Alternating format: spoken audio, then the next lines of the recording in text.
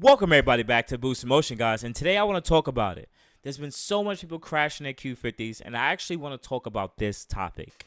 How do you handle the whole situation of your car getting totaled, and do you think you're being pretty much offered a proper market value for your total loss on your car?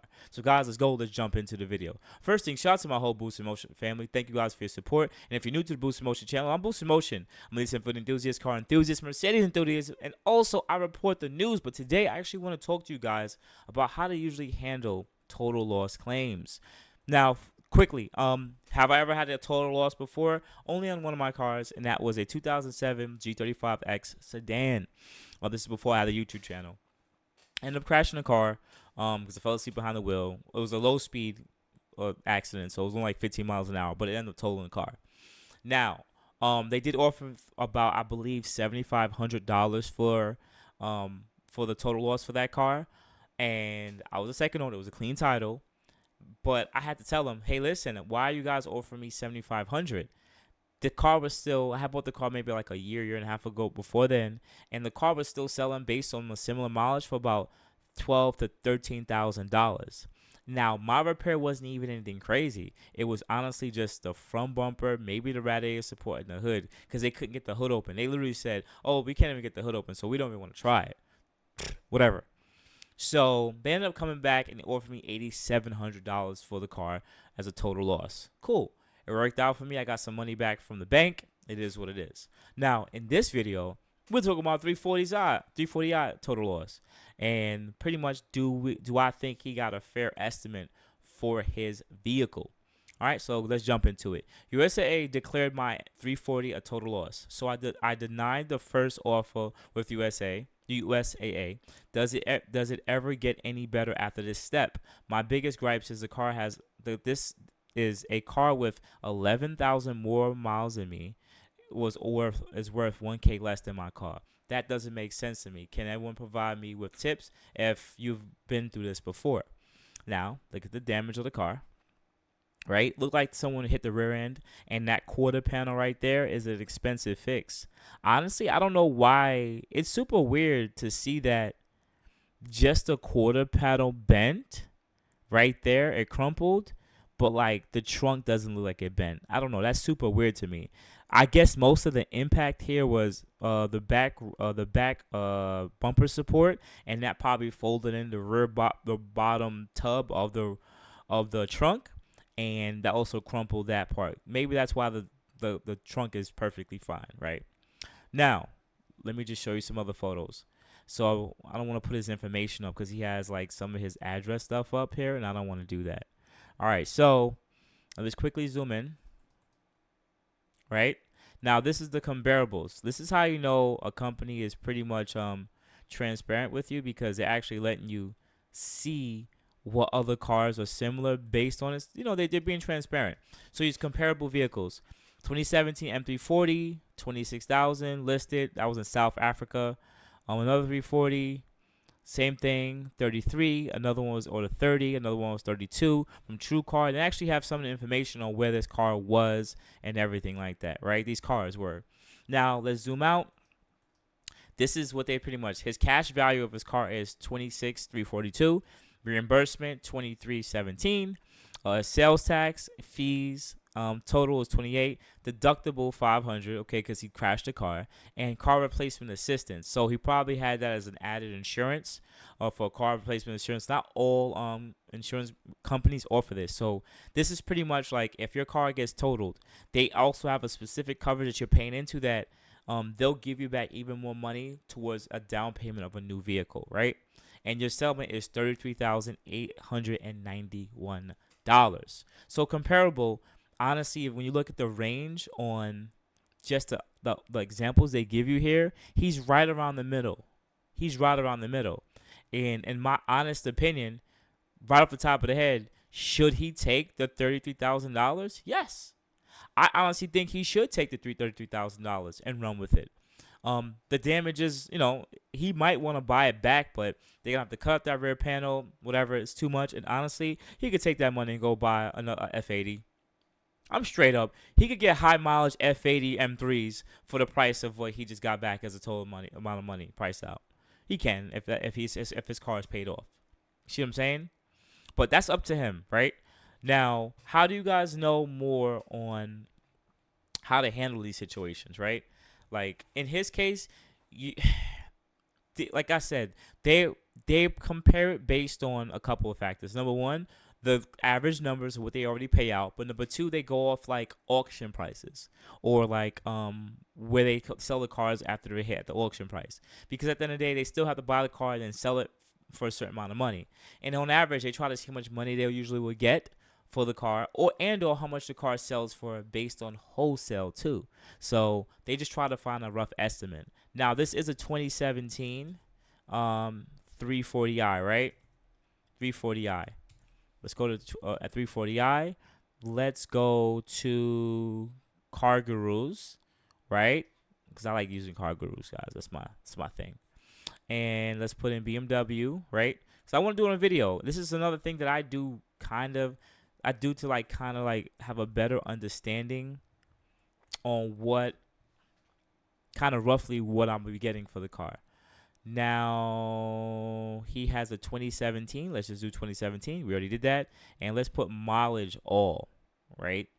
Now this also let me know if my car is actually really worth a lot of money or not, because depending on what the difference in percentage he's getting paid out for the car versus how much the car actually sells retail value. Now let's have this at the highest price. The highest price for 2017 M340 currently in the nation on the Car Gurus is, oh, it's right there, $32,950. That's the highest. That's the highest price that they're going for right now for the price of his vehicle, right? And then anything from there on, the mileage starts to go. The mileage is right around that, or the mileage starts to go up. 29,000, 28,000, 26,000, and that's about it. For honestly, for a 2017 340i rear-wheel drive that's coming up here, because there's no other options, he's right on target. His car is they actually buying his car for pretty much they offer him a lower price. They just the incentives that's on top of it. I think they're giving him a fair deal here, and I think he should take it. I think he should definitely just take it and be okay with that price. Now let's go back to the post and let's see if the comments, right? Let's see if the comments do actually agree with my own personal sentiment about it. Let me see if we could click this off. Can we click this off? I don't see where I can click this off at. All right, cool. Click back. All right, M340. Cool. Let's go to the comments and quickly say what the comments say. All right. I got this struggle wireless here or something like that. My service is trash. What's going on here? All right, cool. All comments. All right. Wow, this thing is loaded up. Usually they have you share 3 cars in your area with identical miles, and based off that. Okay, so people are giving their own personal opinion or from their experience, what they know. Only way you could probably get more is if you grab a lawyer to help you. But if yours is a 2017, then I think that's gonna be one of the best offers you can get. You might be able to squeeze out some more money, but I don't know how much more, and I don't know if it would be even worth it to pay someone to help you get more. See what I'm saying? This person says buy an M3. See. He says, exactly, 34K with 75,000 miles is a good offer. 10K more gets you an M3 of the same year with 50K miles, right? Cool, he's a Beamer guy, talking Beamer stuff. That's what I'm thinking, but about to get 3/4 of the cars, okay, yeah, M3. Is 33K that low?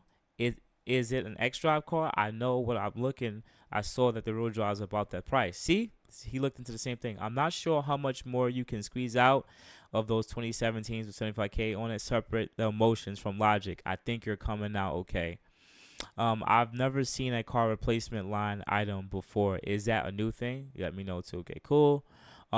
It's totaled, and if they fix it, ain't ever gonna be right again. But buy it back and take the money and buy another one on M3. You don't have to accept the offer, but realistic. Also, your back hurts. Edit. That's a good offer. It's a higher mileage M3. True. I see a rear quarter panel pretty much damaged also. Why the hell would you want to fix that? If you want to have any modifications from the past year to year and half, you can email your receipts to the adjuster.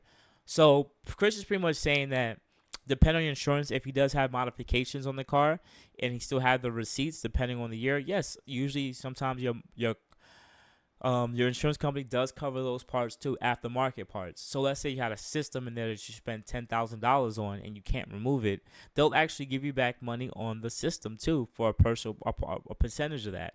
They'll actually do that. Someone says good offer, you better concede before you end up with nothing. May need to get a higher outside consultant to fight the valuation. Okay, car replacement expense is dope. Without that, I'll ask for more. I agree.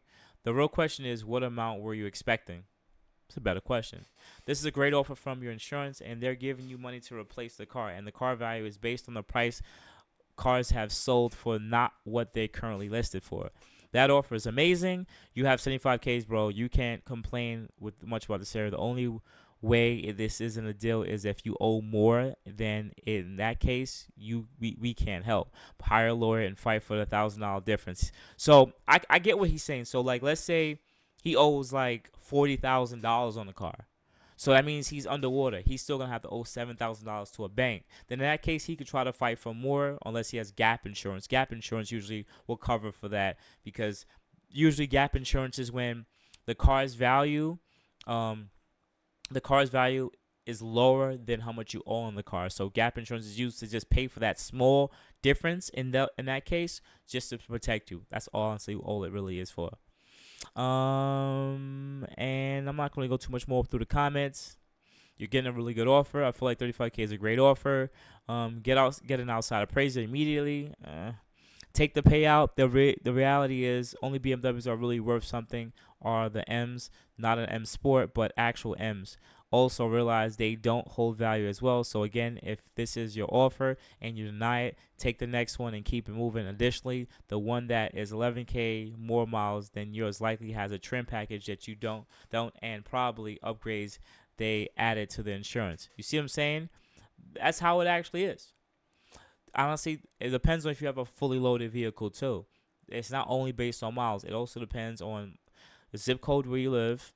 The zip code where you live and the trim packages that actually come in your car, right? So if you have a carbon fiber package, carbon fiber brakes, other stuff like that, then of course your car would yield for more because it had a higher MSRP or it sells for a certain market price.